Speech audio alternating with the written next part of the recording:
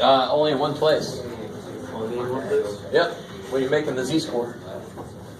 Because you have to change your standard deviation. So,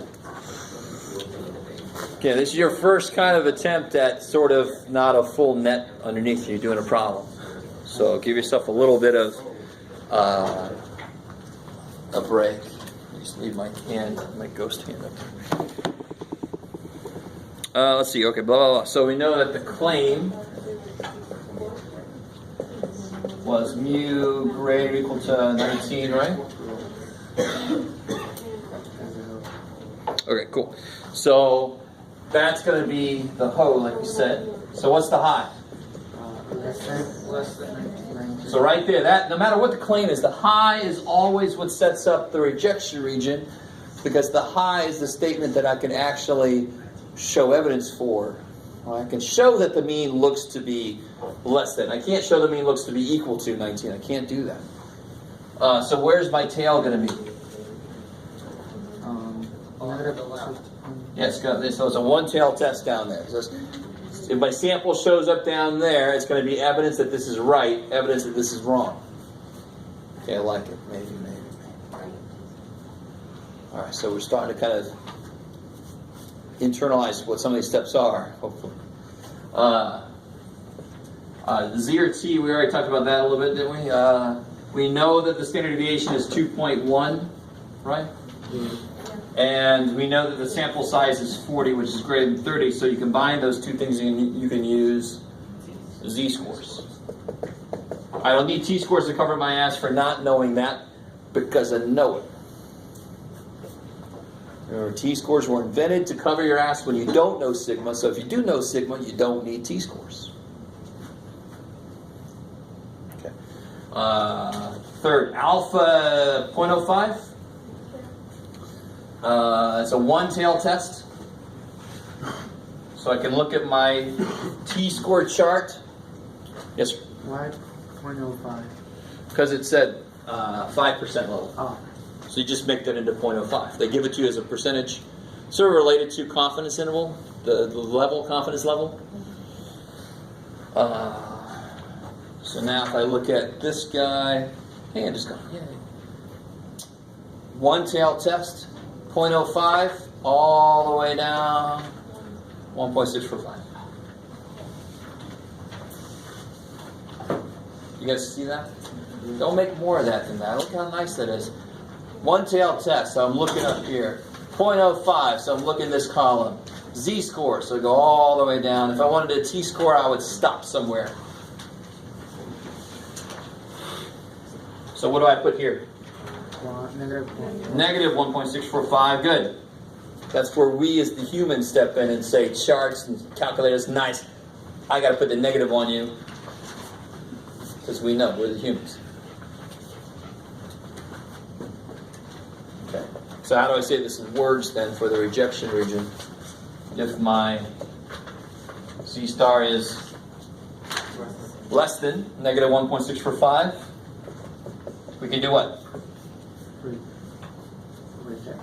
Reject the ho. Support the high. I like it. Cool. Okay. So step 4, sample stuff. What I know from a sample X bar was 18.1. 18.1. We're using sigma because we know it. So what's the new standard deviation? Oh yeah, what's n? 2.1 divided by... That's 40. Yeah. 0.332. 332? Okay. And then you can make your Z-score. I like it. So your Z-score is really, I want you to see, the whole thing I keep saying is, I want to see how far away my sample was from what they think the mean is. So we think the mean is 19 from my statement up here. I got 18.1, so this is how far apart they are, isn't that? And if I divide by the standard deviation size, it tells me how relatively far apart they are. 0.332. I have no idea how this is. Negative 2.71. Negative 2.71. Is that what we got? Okay. So did we make it? Yes. Yes, we did. Yes, we did. So, all right, we'll finish this out. We'll write the conclusion, but then I want to come back and talk about the p-value. I haven't talked about the p-value yet. So that's my z star. Let's put a little star there. That's my z star. So we made it there. So then what does that mean? We can do what? Reject the hoe. Support the high. So we have found evidence, right? We have found evidence to do what?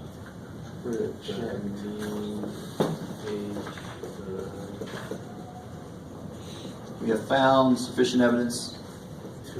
That the mean age is Oh yeah, let me stop. Which one was our claim?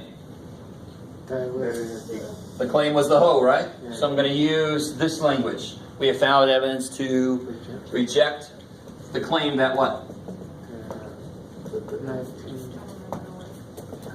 The mean, what? What did it say? Who? Oh, it's gone, sorry. The mean age when people start smoking is at least 19, yeah. So the question of the book is, does your sample, the question of the book is exactly, do the data support the claim? Nope. We found evidence to reject the claim. So it exactly does not support the claim. It rejects it. I like it, maybe. If we had failed to reject it, that actually is evidence that it's okay. I just don't like the way that's worded. I mean, you fail to reject it or you reject it outright. So if we fail to reject it, it doesn't mean it's okay. It just means we haven't yet proven that it's not right. Is that? I don't know if that's... You guys are all like, I don't know how to feel about this shit, Jeff. I understand. This is huge, though. This is huge. So here's the last piece about hypothesis tests I want to fill in. And then we'll go back and talk about types of errors. The p-value. What the hell is the p-value? So, alpha, where's alpha on this picture? Where's alpha on this picture? Can you describe what alpha is on this picture? Where's alpha? Shaded in area. Thank you. All right, good. This is alpha right there. This is alpha. This is alpha. It's 0.05. The p-value is in the area of the tail that your z-star makes. So how do I find the area here? What was my z-star? Can you guys look up the area in that tail? Yes. That's old news, right? Look up the area below negative 2.71. 0.0034. I'm sorry, do it again? 0.0034. 0034, is that what you guys are getting? You guys looking it up? Don't worry, we're going to talk more about it in a minute, but right now, that's all it is. The p-value, alpha is the area in the tail of this z-score. The p-value is in the area of the tail of your z-score. That's it. Let that not be horrible, right? And then you're like, why would you even talk about that shit, Jeff? Well, because in real life, we very often don't get this. We don't have a benchmark because we don't even know what's going on in my sample. We don't even know. How would we have a benchmark? So in reality, we almost never get this. So what you see reported are p-values. So what this p-value sort of represents, and if you, I don't even know if any of you would ever do this, but if you actually Google p-value, there's a lot of controversy recently about p-values and their worth, and should we even have them. And what's always true, I almost said any idiot, but any person on the internet that says we should not use p-values, they're stupid. The reason that people don't like p-values is people misuse them. So what a p-value tells you is the probability that your sample would have happened randomly if that was the real mean. If the real mean was 19, there's a 0.34% chance that I would have happened to get the sample that I did. Let me say that again. That's what the p-value means, because that's the probability that it's in this area. And that's what we got. So what's the probability that the sample I took would have been where it was if that's the real mean? 0.34% chance. So what's more likely? That that is the real mean and I just did something that's that unlikely, or that's not the real mean? What's more likely is that ain't the real mean. So if this is the real mean, 19, then 0.34% of the time I'd get a sample here. So it's not impossible, but it's pretty damn unlikely, right? So what's more likely is the real mean is actually here maybe somewhere, maybe around here somewhere. So that actually looks like that. And then that wouldn't be as unlikely. So if that was the real mean, a sample would show up here 0.34% of the time. Okay, well, that doesn't make sense. So what's more likely is the mean is in the wrong place. It should be further down. So that's why it's evidence that's why it supports this. That's why it rejects that, right? It supports that it's less than 19. Because if it was less than 19, then this would have been more likely to happen, and that's what happened. I know it's weird. Trust me, I know it's weird. But maybe. I mean, the whole idea of it being far enough away, and this just supports that idea. The p-value just gives you a more specific feel for how unlikely it is to be where it got to. It's more descriptive. It's actually more informational than just saying a z-score. The p-value is more informational. So let me see if I get lucky trying to find a study that gives me a p-value. So again, just type the word study and then search within the last, let's do the last month. Income and life expectancy. Did we look at that before? Let me see. Give me some p-values. You can do it. You can do it. There it is. Look at that shit. P-value. Sorry. I'll stop. So whenever you see this kind of thing, that's what they're talking about. So the results they got, they cranked the numbers. Where's the very first p-value I see? Here. So whatever the results they got were, this is the probability that it just randomly happened, that it doesn't mean that something's different or something. So what's more likely is they found a difference between something. In this case, I guess it was the differences for both sexes. They tell me. Do you guys get what I'm saying? So they're trying to show that there's differences amongst how long people live based on not just their income. I think this is the one that's talking about. No, it's just about income and life expectancy. So we're like, why do this study? We know that if we have money, we're probably going to live longer.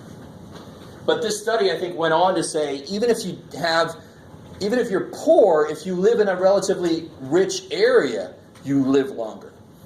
So that goes beyond just your own personal income and how it affects you. It's actually the area you live in. Normally, if you don't have a lot of money, you're going to live in an area that's kind of depressed also, right? But if you happen to find a spot somewhere in an area that's overall well off enough, income high level of, your life expectancy is increased. That's a very interesting study to me. Kind of makes sense, because then you're just pumping, there's more money in the area, there's more services in the area, there's probably better transportation, all this kind of stuff, right? Kind of makes sense. Okay. All right. I don't know if you've ever seen, let me show you one comic. I don't know if anybody's ever heard of XKCD.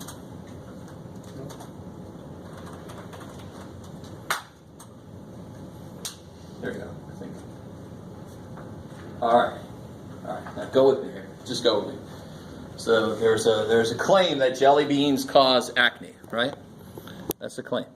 So they did a study. Now this is obviously not true. This is a comic. They're making fun of something. But XKCD, I love it because they believe in, they know science is true and they know all this stuff, and they make comics that kind of ridicule how it's looked at incorrectly. So jelly beans cause acne. Scientists investigate, but we're playing by here. Okay. So we found no link between jelly beans and acne. So look at this, p greater than 0.05. So the probability that it would have happened, whatever they found would have happened, is not unusual. So it's not evidence that it was unusual, that there really is a difference. You guys kind of with me? So the probability that it would just happen randomly is high. So any difference they did see was just because of random fluctuations of who they picked. So they didn't find any link between them. And then they said, well, how about a certain color that causes it? So they said, we found no link between purple jelly beans and acne, p greater than 0.05. We found no link between brown jelly beans and acne, pink jelly beans and acne, blah, blah, blah, blah, blah, blah, blah, blah, holy crap and a half. Until you get to, where's the one? There it is. We found a link between green jelly beans and acne, p less than 0.05. And then you see this in the news. And this is bullshit. Because, just like confidence intervals, remember the number of people, there were 3 people that their confidence level did not get the mean, even though it was the real mean? Because we did a 90%, I can't remember now. So I'd expect 10% of the people in the room to get the wrong to get the wrong conclusion. So here, this is a study at 5% confidence. So if they did, let's see, 1, 2, 3, 4, 5, 20. If they do 20, stay with me, 20 experiments, 20 of these hypothesis tests, and there's a 5% chance, 0.05. 5% chance they're wrong. What's 5% of 20? 1. So that's the one time the green was the one time they were wrong. That's why I don't know if you guys are. So the beauty about stats is the reason people don't like stats. It's because it will be wrong sometimes. And actually it's not wrong, because the way they always say it is, there is a chance that I'm wrong. It's built into the problem. So when I pick an alpha, that's the probability that I'm rejecting a null and I'm wrong. 5% of the time, if I do this kind of problem, I'm going to be wrong when I reject it. That's why you want repeatability. You want somebody else to do the study. So if I see this, I'm going to call somebody else and say, can you do the study again and see if you get the same results? And they probably won't. Then it's not verified, don't write the freaking article. But unfortunately, sometimes news gets out, news hears about something and they just report it. This week, drinking one thing of wine a week will kill you. And then the next week, you must drink one thing of wine to stay alive. And people are like, do I drink it? What about eggs? I don't know about the eggs. Eggs, I don't know anymore. Shit. You're like going crazy. Fiber? Will fiber kill me? This one study said yes. Shit. So, I don't know if you guys are understanding. So there's always a chance I'm wrong. This was always built into all these studies. But that's why if you see something, you're doing exploratory statistics, and you see something, you ask somebody else to try again. You don't even do it yourself again, because maybe there's some kind of bias you're kind of building in that you're not even aware of. You ask somebody else, can you do this study? We got something interesting. If it's true, it's really weird. And then you see what happens. Right? All right, let me see, what time is it? Oh, good. We got a little bit of time. The last thing I want to do today is talk about the last kind of hypothesis test we're going to talk about for now, which is a hypothesis test about a percentage. So the first thing I want to remind you about, and the nice thing is, all the 5 steps are still there. It's the same 5 steps. It's just that my z-score formula is going to have to be a little different. So let's focus on that for right now.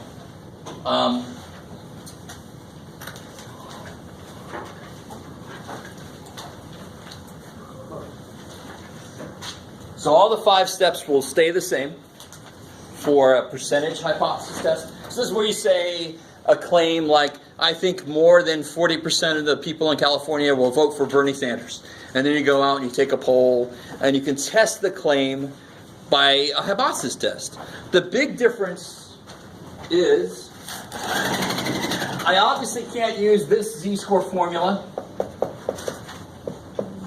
because it's got freaking means in it, right? And I want to do one with percentages. So what we do is we go back, and I think when we did this, I told you it was going to come back. What was the formula for the confidence interval for percentages?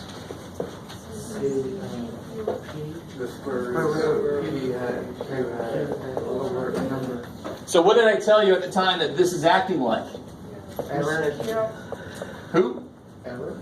No, this whole thing is the error. Just that piece. Because what's this? X bar plus or minus z, what goes here for the mean? Standard deviation. So that is the standard deviation for this, right? So that is acting like the standard deviation. So that is the standard deviation. So my z-score formula in a hypothesis test for percentages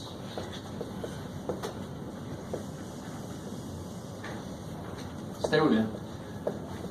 So on step 4, this is really the only place, well, let me say, here's the changes. Step 2 is, can we use z-scores or t-scores? The big difference there is we'll never use t-scores. I don't know if you remember that. I told you for an NPQ problem, for percentages, we never use t-scores. Either it's normal and I use z-scores, or it's not normal and I don't do shit.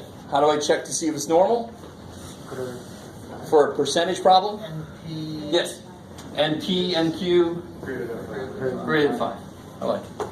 So that's going to be step 2, is that's the check to see if it's normal enough. If it is, you use z-scores. If it ain't, you don't do anything. And the other change is going to be step 4. Now I'm going to have a sample percentage and a population percentage divided by the standard deviation, which is this guy.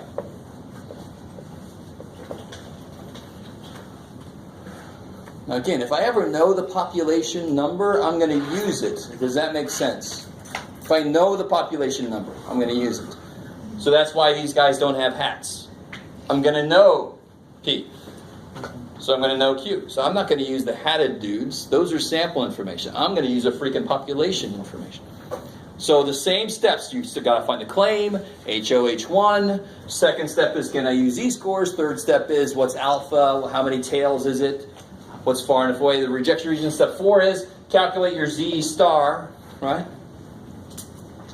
And then you still say, did it get far enough away or not? So all the steps are the same. And then what chapter 10 does is all the steps are the same, except I've got 2 samples that I'm comparing.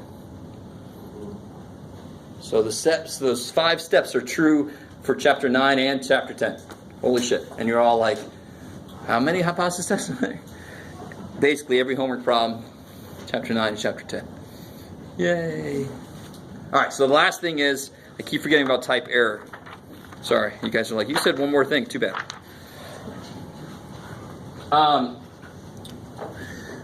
This is almost too nice to believe, but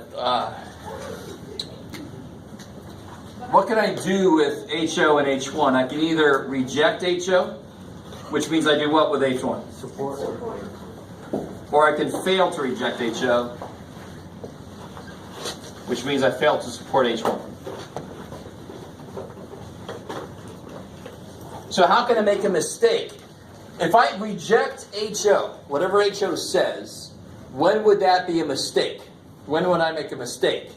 If I say HO looks like it's wrong, how would that be a mistake if HO is actually right? Do you see? So that's what type error means. Type 1 error is, I reject HO, but it's really right. Type 1 error, reject a true HO. That would be a mistake. And then a type 2 error is fail to reject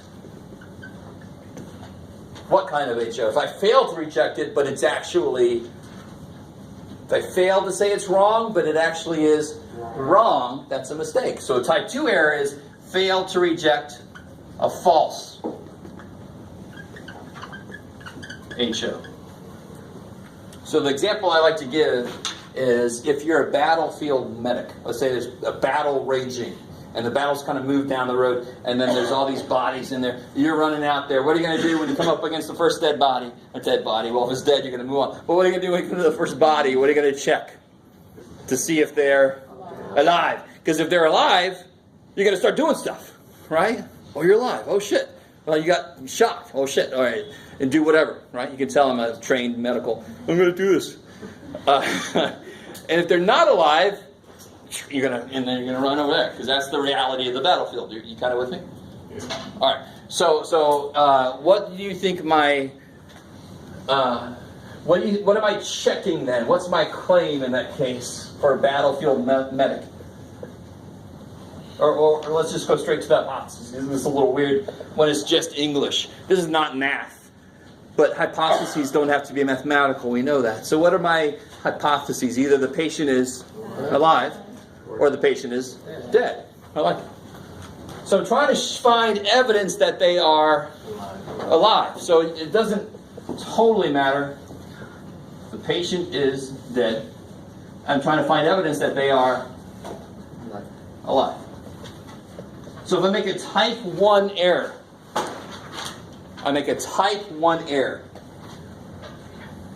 what is true and what did I think?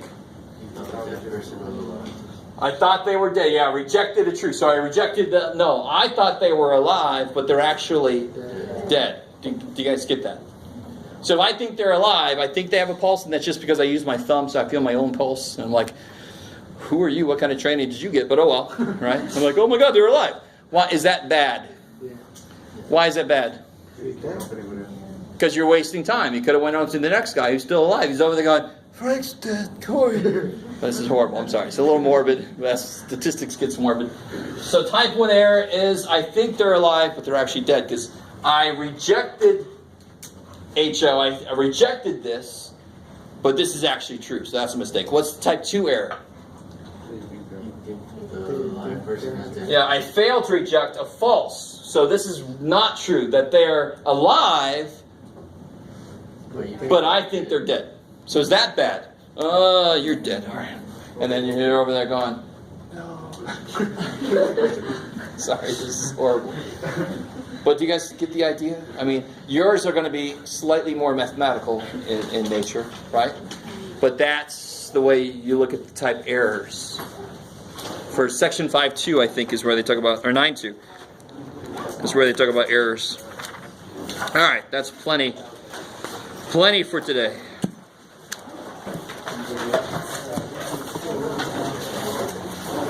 Anybody not get their quiz back?